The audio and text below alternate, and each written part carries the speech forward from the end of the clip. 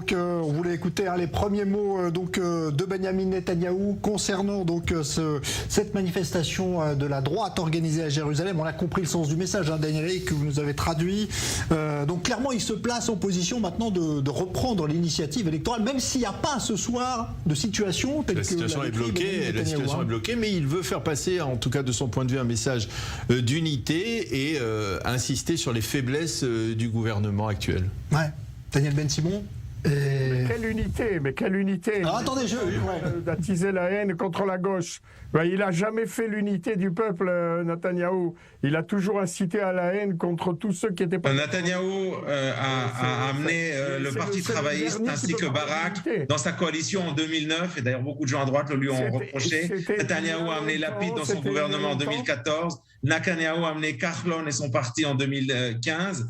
Kahlon, c'était un pur produit du Likoud. Et il a aussi été prêt à faire le gouvernement l'année dernière avec... Attendez, pas en même temps. Chaque fois, alors on ne peut pas attaquer en même temps Netanyahou de droite et de gauche. De droite en disant, vous voyez, il a mis les gens de gauche dans le gouvernement, et de gauche en disant qu'il incite à la haine contre la gauche. Alors c'est n'importe quoi. Il y a des faits. Les faits sont qu'en 2009, Netanyahou a fait un gouvernement de droite, mais d'union nationale avec le Parti travailliste. Vous vous en souvenez très bien, et d'ailleurs Ehud Barak était ministre de la Défense dans ce gouvernement. En 2013, il a fait un gouvernement avec Lapid, où Lapid était ministre des Finances. En 2015, il y avait Kahlon, et en 2020, il y avait Gantz. 4 fois. Arrêtez de dire n'importe quoi. Ehud Barak, il a démonté la gauche. Ne me parlez pas d'Ehud Barak, c'est lui qui a démonté la gauche. C'est bien qu'il a démonté la gauche. Moi, je dis que ce gouvernement... pour une fois, fait monter des sujets que Netanyahou n'a jamais traités. La cherté de la vie, l'écologie, les transports publics. Alors je pense qu'il faut laisser une chance au gouvernement et oublier Netanyahou. Il fait partie du passé. Alors justement, c'est la question que j'allais vous poser, Daniel Ben-Simon. Est-ce que Netanyahou, ce soir, parce qu'on vient de le voir là, il se pose déjà lui en recours, est-ce qu'il est encore dans la course? Vous disiez tout à l'heure, il est incontournable en Israël. C'est un cas unique. Il a perdu ces dernières années, il n'a pas fait grand-chose. Il a été rejeté par les Israéliens, mais il a sa façon de retourner comme un magicien. Je suis là, il fait oublier tout ce qu'il a fait de négatif, mais il a cette capacité de remonter et de dire je suis la seule personne qui peut vous sauver. Et cette façon de présenter les choses, c'est pas donné à tout le monde. Bennett n'a pas réussi à dire une phrase comme il faut. Lapid est occupé avec tous ses voyages et les tapis rouges. Il est temps que et je dis à Marco Serrabia, vous êtes membre du Parti travailliste? Oui. Je réponds pour lui, il est membre du Parti travailliste. Bien sûr. Heureusement, très honoré de vous connaître. Vous avez oublié, monsieur Ben-Simon, que vous étiez au Parti Avoda. C'est vrai. Vous étiez au Parti travailliste. Vous parlez comme si vous étiez à droite. Excusez-moi, c'est faire l'éloge. Je ne sais pas si c'est un compliment. Ça m'étonne. Non, il ne fait pas l'éloge de Netanyahou. C'est pas. C'est pas l'éloge de Netanyahou. C'est un phénomène israélien. Chaque fois qu'il y a une crise, Netanyahou remonte. Et ça, j'étais avec Barak dans son gouvernement quand il était ministre de la Défense avec Netanyahou. Barak a été abattu par Netanyahou. Vous êtes d'accord avec moi, oui? Non, il n'a pas été abattu par Netanyahou. Barak était le ministre de la Défense du gouvernement de Netanyahou pendant 4 ans tout de même. Oui, mais après, il a été abattu simplement par son propre camp, parce que la gauche israélienne s'est transformée depuis déjà longtemps en secte fanatique qui refuse absolument la coopération avec la droite de manière générale et avec Netanyahou en particulier. C'est ça la réalité. Pourquoi est-ce qu'il a été abattu par Netanyahou? Il était le ministre. Il faut arrêter de dire n'importe quoi. Netanyahou a donné à Barak le fait d'être ministre de la Défense pendant 4 ans. C'est pas de sa faute tout de même s'il a été rejeté pour son parti. Enfin, qu'est-ce que vous lui... Pas en même temps, s'il vous plaît. Alors, oui, Marco, j'entends pas, Marco. Non, vous l'avez entendu. En tant que deux membres du Parti travailliste, je veux savoir comment il voit les choses.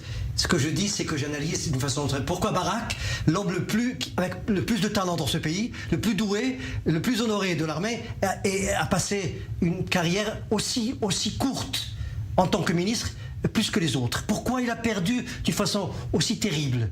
Et là, on essaye de voir, de comprendre pourquoi il est resté la sans gauche rien. refuse. Mais arrêtez avec la gauche n'est pas de pouvoir. A refusé. C'est les gens du parti. Comment il s'appelle, monsieur travaillistes par les religions. Amir Weizmann, écoutez-moi, Amir Weizmann. Là, vous n'êtes tout de même pas la faute de Netanyahou que le parti Amir Weizmann, écoutez-moi une gauche minute. a refusé de. Je sais que tous les problèmes, c'est la gauche. Je sais que tous les problèmes, c'est la gauche israélienne. Non, c'est ce qu'ils pensent. Non, c'est pas la gauche, c'est la gauche qui a refusé Ehud Barak. On peut pas lutter. C'est la gauche. Mais enfin, on peut pas dire n'importe quoi non plus. Non, mais vous dites que c'est la gauche. La gauche israélienne a rejeté Barak parce que Barak a coopéré avec Netanyahou, c'est tout. C'est pas la faute de Netanyahou que avant les élections de 2015. De 2013, que Barak était à 2%. Oui, là on est en train de parler d'Ehud Barak qui n'est pas du tout en train de revenir dans le jeu. Tu réécris l'histoire. Non, mais là on est en train de réécrire l'histoire d'Ehud Barak. Donc, vous voyez, un mot, allez, on va agir. C'est un peu étonnant, nos téléspectateurs pourraient être étonnés que l'on parle de Barak, parce que lui, Barak, il a définitivement quitté la vie politique, et ça depuis plusieurs années, mais il y a un fait clair, c'est que tous les sondages l'ont prouvé au cours des derniers mois.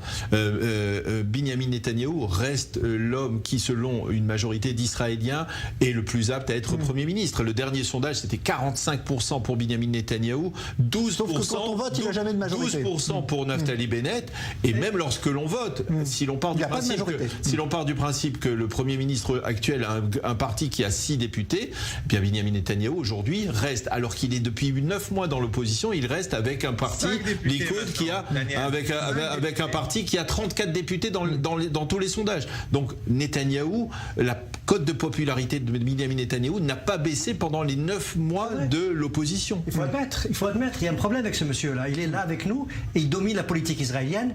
Et je dois dire que moi j'aurais voulu. Le parti travailliste ne me dit absolument rien du tout.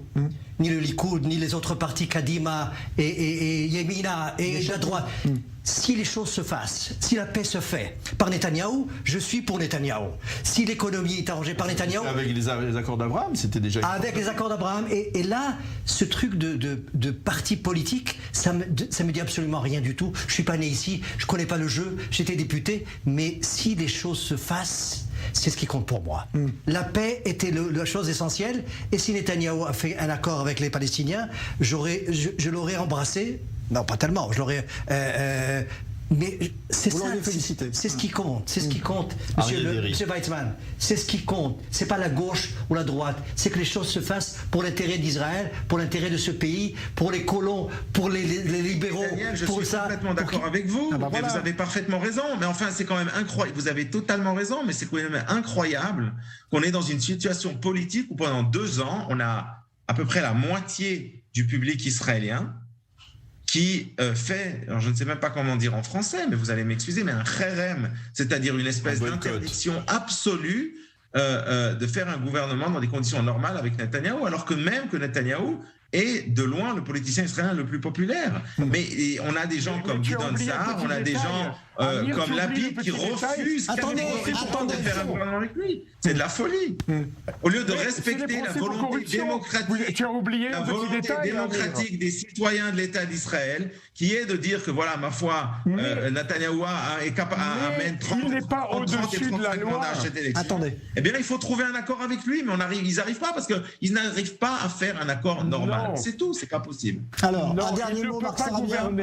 Il faut qu'il laisse la place. Marco, un mot. Ça, c'est un déni de démocratie, Marco Sarabia. 35 mandats pour le Likoud. Dans un bon sondage qui a été publié ce soir. 35 mandats, et vous dites qu'il doit partir. Marco Sarabia, si Netanyahou, je suis votre représentant maintenant. Attendez. Je vous représente, Weizmann. Si Netanyahou fait la paix avec les Palestiniens et avec les autres pays arabes, et s'il y a des accords de paix, vous serez contre à tout prix parce que c'est Netanyahou, ou c'est, vous voyez, mais il aurait pu le faire depuis longtemps. Netanyahou, ça m'est totalement égal. Netanyahou m'indiffère. Ce qui m'intéresse, c'est l'État d'Israël et le peuple juif. Bon, voilà, là-dessus, vous êtes d'accord. Vous êtes d'accord. Netanyahou, attendez, on va aller à Jérusalem. Pour les Palestiniens.